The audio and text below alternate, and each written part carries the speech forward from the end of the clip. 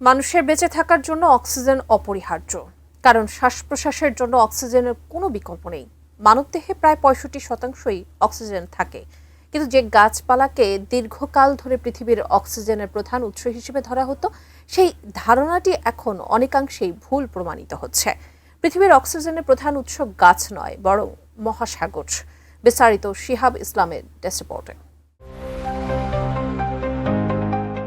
দীর্ঘদিন ধরে মানবজাতির একটি সুনিশ্চিত ধারণা ছিল পৃথিবীর অক্সিজেনের প্রধান উৎস গাছপালা। তবে এখন বিজ্ঞানীরা জানাচ্ছেন, পৃথিবীর অধিকাংশ অক্সিজেন আসে গাছ থেকে নয়, বরং মহাসাগর থেকে। বিজ্ঞানীরা দাবি করছেন, পৃথিবীর অর্ধেক বা তার বেশি অক্সিজেন উৎপাদিত হয় সমুদ্রের গভীর থেকে, অর্থাৎ সমুদ্রের শৈবাল, এককোষী উদ্ভিদ এবং বিশেষ কিছু ব্যাকটেরিয়া, বিশেষত প্রোক্লোরাক্কাস নামে পরিচিত একটি ক্ষুদ্র ব্যাকটেরিয়া দ্বারা, যা পৃথিবীর সবচেয়ে ছোট সালোকসংশ্লেষী জীব। গবেষণায় জানা গেছে, এই ব্যাকটেরিয়ায় পৃথিবীর সবচেয়ে বড় গ্রীষ্মমণ্ডলীয় রেইনফরেস্টের চেয়েও বেশি অক্সিজেন উৎপন্ন করে। প্রাণ UHT মিল্ক, শুদ্ধতায় ও মমতায় সবসময় সেরা স্বাদে। যেহেতু পৃথিবীর প্রায় 71% জলভূমি, তাই এটি অনুমানযোগ্য যে মহাসাগরের উপরের স্তরেই বেশিরভাগ সূর্যের আলো পৌঁছায়। আর এই এপিপিলেজিক অঞ্চলের শৈবাল ও প্লাঙ্কটন সালোক সংশ্লেষণ প্রচুর পরিমাণে অক্সিজেন উৎপাদন করে। সমুদ্রের ফাইটোপ্লাঙ্কটন পৃথিবী জুড়ে প্রায় 50 থেকে 80% অক্সিজেন সরবরাহ করে বলে অনুমান করা হচ্ছে।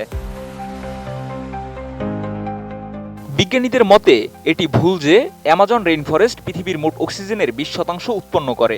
গাছ পৃথিবীর মোট অক্সিজেন উৎপাদনের প্রায় 20% অবদান রাখে। প্রকৃতপক্ষে অ্যামাজনের সালোক সংশ্লেষণ দ্বারা শুধুমাত্র পৃথিবীর 16% অক্সিজেন উৎপন্ন হয়, যা অ্যামাজনের বনাঞ্চল এবং তার বাস্তুতন্ত্রের জন্য গুরুত্বপূর্ণ। কারণ গাছের সালোক সংশ্লেষণ প্রক্রিয়া রাতের বেলায় বন্ধ থাকে এবং অনেক অক্সিজেন গাছ নিজেই শোষণ করে। এছাড়া গাছ শুধু অক্সিজেন তৈরি করে না, তারা রাতের বেলায় সেলুলার শাসন প্রক্রিয়ায় অক্সিজেন শোষণ করে শক্তি উৎপন্ন করে।